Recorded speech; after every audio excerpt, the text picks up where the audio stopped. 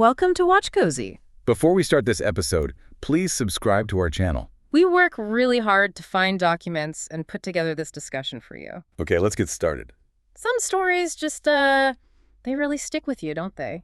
The case of Warriena Wright, for me, is definitely one of those. She was 26, from New Zealand, visiting Australia. This was back in August 2014. Yeah, she was there for a friend's wedding, I believe. That's right. And, like a lot of people do, especially when traveling, she decided to try Tinder, maybe meet someone. It's so common now, isn't it? A quick way to connect in a new place. Totally. And she matched with this guy, Gable Tostee. He was 28. And the descriptions made him sound quite appealing, right? Good-looking, fit. Yeah. Warriena even thought he looked a bit like Sam Winchester from that show Supernatural. Apparently, it was a favorite of hers. Ah. So she messaged him first, and he replied really quickly. You know how that immediate reply can sometimes feel like, oh, there's a spark? Yeah, definitely. That quick response can create a sense of connection, or at least potential connection, right away. But then you start looking into Gable's background, just based on, what came out in the report. As a different picture emerges. Right. Apparently, he wasn't super popular when he was younger, found social interactions, especially with girls, pretty difficult as a teenager. A familiar story for some, maybe. Maybe. But then he seemed to make a real shift. Focused heavily on his appearance, started hitting the gym, got really fit. And that changed things for him. It seems like it, yeah. Suddenly, dating apps became his, main thing, his go-to. It really makes you think, doesn't it? How much emphasis society puts on looks and how that can change your social trajectory, or at least how you perceive it changing. Absolutely.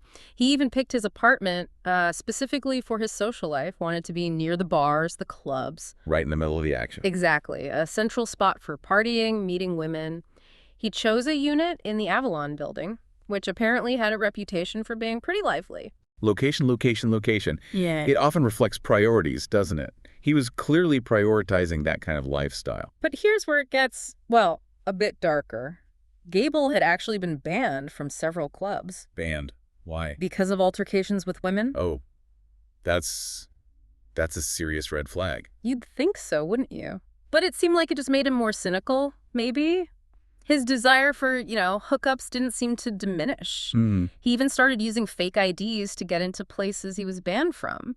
And get this, he apparently ran a side business selling them to underage kids. Seriously? Yeah, reports said he made something like $30,000 before he got caught.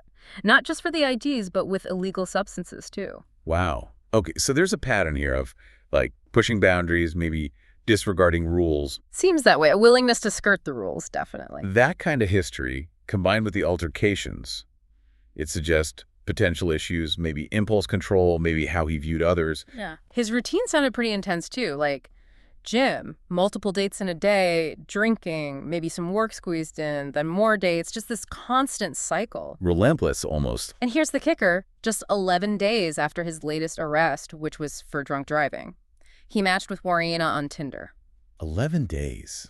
Not a lot of time for reflection, is it? Doesn't seem like it. It suggests maybe not much learning from past mistakes. Or an ongoing pattern of risky behavior. And then there's this detail. It's quite something. Gable apparently kept a notebook. A notebook? For what? He rated the women he met. Rated them? Numerically? Yeah. Warriena apparently got a 7, and he had this personal rule, supposedly, that he wouldn't sleep with anyone rated below a 7. Wow. That is incredibly clinical. Yeah. And objectifying. Right. It just shows such a superficial way of looking at people. Like they're just numbers. A very transactional approach to meeting people, focusing purely on a rating rather than, actual connection. Now, contrast that with Warriena. From what people said, she wasn't super experienced with relationships. Had recently broken up with someone, I think. Yeah. And for her, things like intelligence, good conversation, those were the important things. Much more than just looks. So the question is, why Gable? What drew her to him, given their seemingly different priorities? It's hard to say, isn't it? Maybe it was just the excitement of meeting someone new while traveling. Maybe she found him charming initially. Or maybe the red flags just weren't obvious at first. Hindsight is always 20/20, True. We often focus on the good stuff initially, right? Especially if you're looking for adventure or something different. Absolutely. Anyway, their online chat moved fast. They decided to meet in person on August 7th. And we have CCTV footage of that evening. Yeah, thankfully. It helps piece things together. They met on Cavell Avenue outside a bar, went into a club for 5 minutes, then left. Okay. Bought a 6-pack of beer, then walked to Gable's place, the Avalon building. Arrived around 8:57 p.m.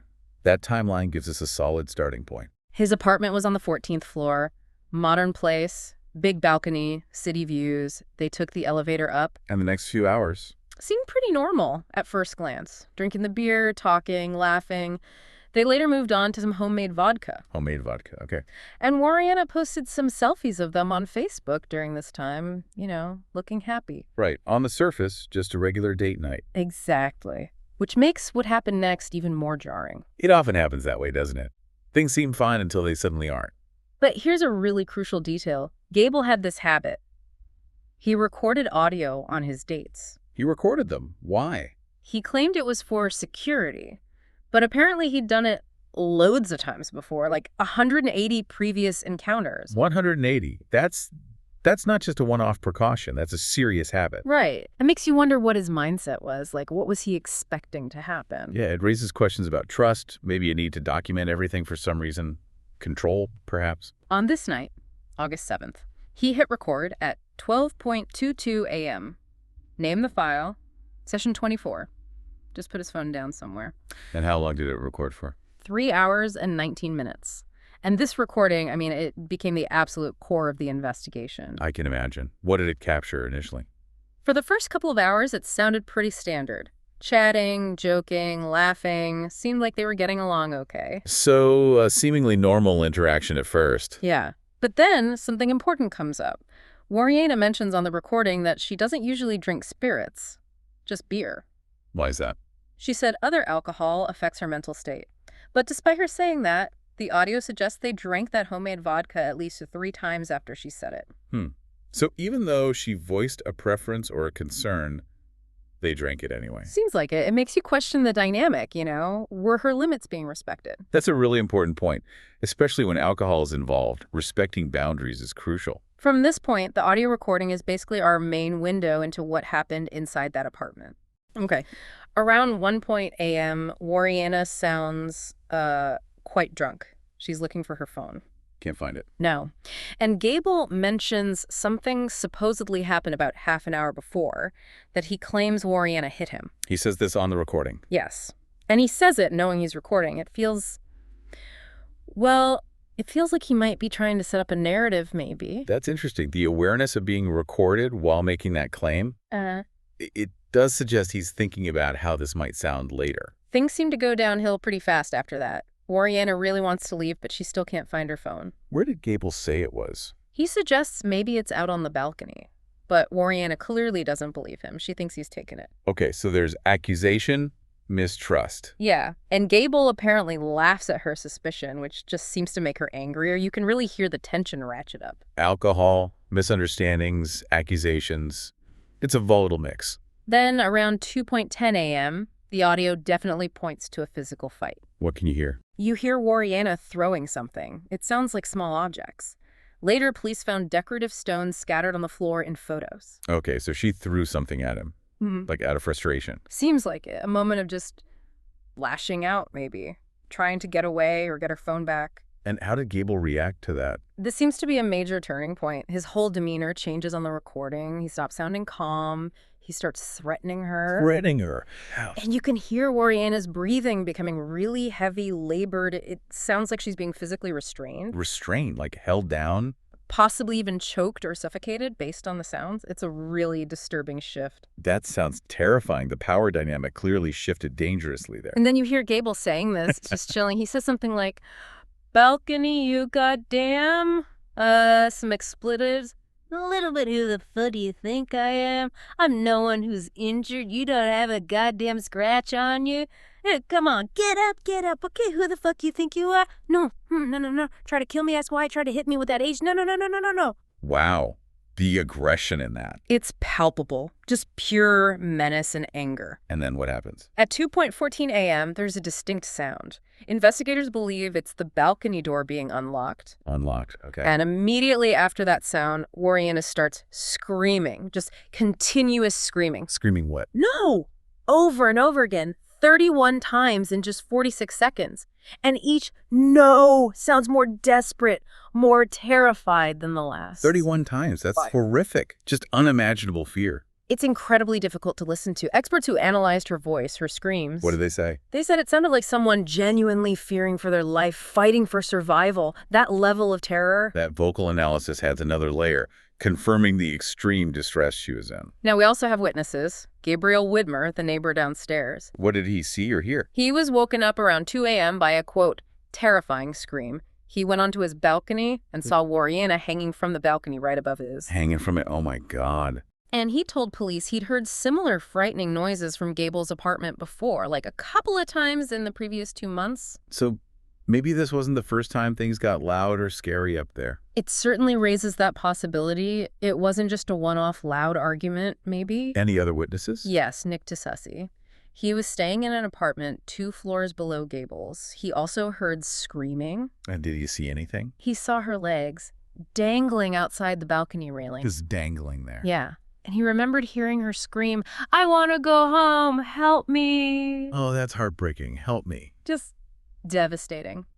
There was some confusion initially about photos, maybe suggesting her feet were on the lower balcony, but witnesses were clear that was an optical illusion. She was completely hanging, separated from the balcony below. Okay, so she was in midair, essentially. Yes. The neighbors below, Widmer and others, they apparently felt that if they'd reacted just seconds sooner, they might have been able to catch her. Oh, the guilt they must feel. That's terrible. Imagine living with that thought. It just highlights how quickly it all happened. And how final it was. The outcome, tragically, was that Warriena fell 14 floors down from the Avalon building. Unbelievably tragic. And Gable, what did he do right after she fell? Not what you might expect. He didn't call the police. He didn't call an ambulance. Didn't even check on her, go out to the balcony? No. Instead, 38 seconds after the fall, he called his lawyer. His lawyer, before anyone else. Yep. The lawyer didn't answer, apparently, but that was his first instinct. Wow. That choice speaks volumes, doesn't it? Yeah. About priorities, maybe about perceived culpability. It certainly raises massive questions. Then security footage shows him leaving the building through the parking garage. But then he sees police arriving, so he changes direction and just walks off down the street. Okay, so avoiding the police. Seems like it. And while he's walking, he tries calling Warriena's phone. Twice. But why? He then apparently realized her phone was actually in his pocket the whole time. Oh, right. The phone she couldn't find. Exactly. Then, maybe the most bizarre part. At 3:01 a.m., he orders a pizza. He ordered pizza. After all that. Ordered pizza, and then he called his father. What did he say to his father? The recording is a bit broken up, but it sounds like JT beating me and whatever, and forced her out on the balcony. Thing I pushed. Isn't fall? I was just saying, chuck her on. Forced her out on the balcony. Chuck her on. Yeah. Even fragmented. That sounds incriminating. Or at least acknowledges he put her out there. It definitely suggests a physical interaction on the balcony and some concern about how it looked. Absolutely. Yeah. His behavior in those hours immediately after, it seems so detached, so self-focused.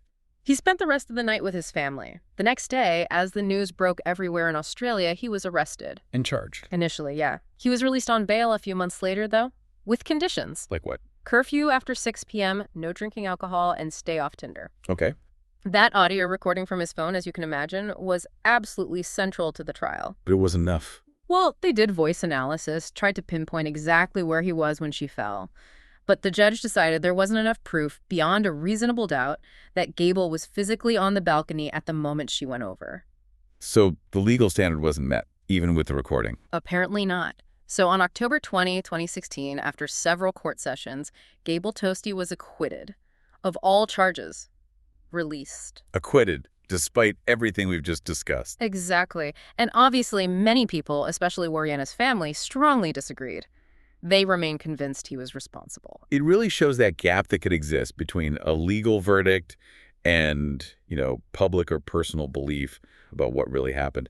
The standard of proof is so high in criminal cases. For sure. And the acquittal just fueled more speculation, didn't it? Alternative theories. Yeah, lots of people still believe he did throw her off, or that he put her in such a terrifying position she couldn't get back up. It leaves so many questions unanswered. Totally. Like, why scream no 31 times if you're just being put outside? Why did she feel climbing over a 14th floor balcony railing was her only option? And the big one.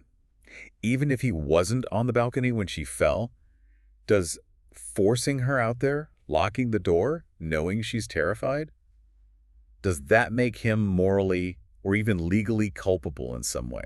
These are the questions that just hang over this case, aren't they? They really do. They highlight the complexities of assigning responsibility in these awful situations. Which kind of brings us to this media interview Gable did after he was acquitted. Ah, yes. I remember seeing parts of that. His response to why he recorded his dates was just odd. He said something like, well, the question isn't so much, why do I do that, but why wouldn't you do that? Deflecting, basically. Yeah. Answering a question with a question. Exactly. He goes on, I used to go out quite a lot drinking. I don't have the best memory when I drink. I mean, recording your night out is easy as pressing a button, leaving your phone in your pocket. It's more of a just-in-case thing because... Trying to normalize it. Make it sound like a sensible precaution for anyone who drinks. Yeah, but 180 recordings, it seems like more than just a casual just-in-case. Absolutely. In his demeanor in that interview, people described him as looking quite frozen. Yeah, like he was searching his internal files for the right answer, and his blink rate was apparently really low. Which can sometimes indicate stress or high cognitive load, maybe trying hard to control the message. It felt very calculated, like he was actively avoiding the real reasons by asking, why wouldn't you? Sidestepping the core issue. Then the interviewer pressed him on why he didn't just use the front door. Remember, Gable had claimed Warriena hit him with some part of a telescope. Right, a tripod or a clamp or something. So the interviewer asks, basically, you had control of her after she supposedly hit you. Why didn't you just take her to the front door instead of the balcony? A very illogical question. Gable's response was something like, it was closer to the balcony door and it was wide open. Which doesn't really address the safety aspect, does it? The front door seems like the obvious, safer choice to de-escalate and get someone out. Exactly. And observers noted he seemed uncomfortable here. Skin flushing, changes in blinking, eye movements. Signs of stress when challenged on the logic of his actions.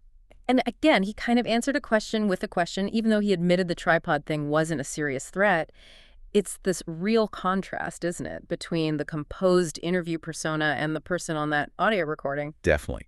The interview setting is less pressure than, say, a police interrogation, but you still got that sense he felt cornered when pushed on those inconsistencies. He also claimed he didn't hear Warriena's screams. From the balcony. Yeah. When he was right there inside. Yeah. Which, given the witness accounts and the sheer volume on the recording, it just seems incredibly unlikely. Hard to believe. That strains credulity, for sure. Another point that raises serious doubts about his version. And he seemed to hesitate a lot on simple yes-no questions, just felt evasive. Then the interviewer tackled his lack of concern afterwards, asked him directly why he didn't even look over the balcony. What did he say to that?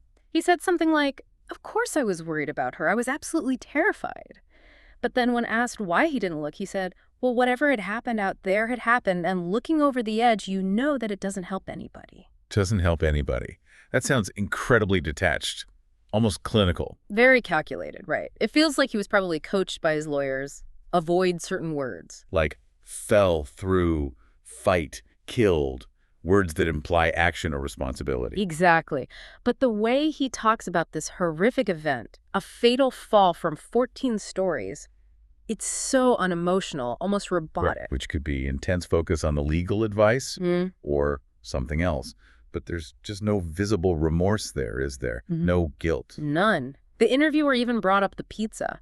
Said something like, she's on the pavement, you don't know if she's breathing, and you're happily munching on pizza. That's confrontational. How did Gable respond? He denied it was happy or casual, said, that was the most skid I've ever been. It's the most desk drive I've ever been in my entire life. Then the interviewer asked, can you understand why many people would think cold, heartless crew bastard? Wow. Straightforward. And Gable just deflected it easily. Didn't seem fazed by those really harsh words. Remarkable lack of reaction almost. And there's another inconsistency. He claimed he was heavily intoxicated that night. Right. Memory loss, needed the recordings. But then in the interview, he defends the logic of his actions going to the balcony because it was closer, etc. That kind of logical defense doesn't really square with being blackout drunk, does it? No, it doesn't. It undermines the intoxication claim if you can later rationalize your decision so clearly. Another contradiction. But As we said, despite all these inconsistencies, the questions, the audio, Gable Tostee was acquitted in October 2016. And then he changed his name. Immediately. To Eric Thomas. Oh, wait, no, Derek Thomas. And then, maybe most surprising, 3 years later, he was back on Tinder. Back on Tinder. After everything. Yep. Apparently hoping to get back to his old ways, regain that dating app popularity. That's quite something. A startling epilogue. So that's the story. A Tinder date. A terrible, tragic ending. And just so much debate and uncertainty left behind. It really is a case with so many layers. The different personalities, the alcohol, that chilling audio recording. The eyewitnesses, the legal outcome that satisfied almost no one. It just leaves you wrestling with these huge questions. Was justice actually served? What really happened in those last minutes? What responsibility did he bear, even if the legal standard for murder or manslaughter wasn't met? And what does it all say about, meeting people online? Right. About technology, intent, how we understand blame when something goes so horribly wrong. It's a deeply disturbing case that serves as a stark reminder, doesn't it? About the risks, about the limits of a legal system, and just the awful complexity when ligs intersect and end in tragedy. Definitely stays with you. So thinking about everything, the audio, the witnesses, Gable's behavior before, during, after, what are your final thoughts or lingering questions about it all? It's certainly something that gives you pause.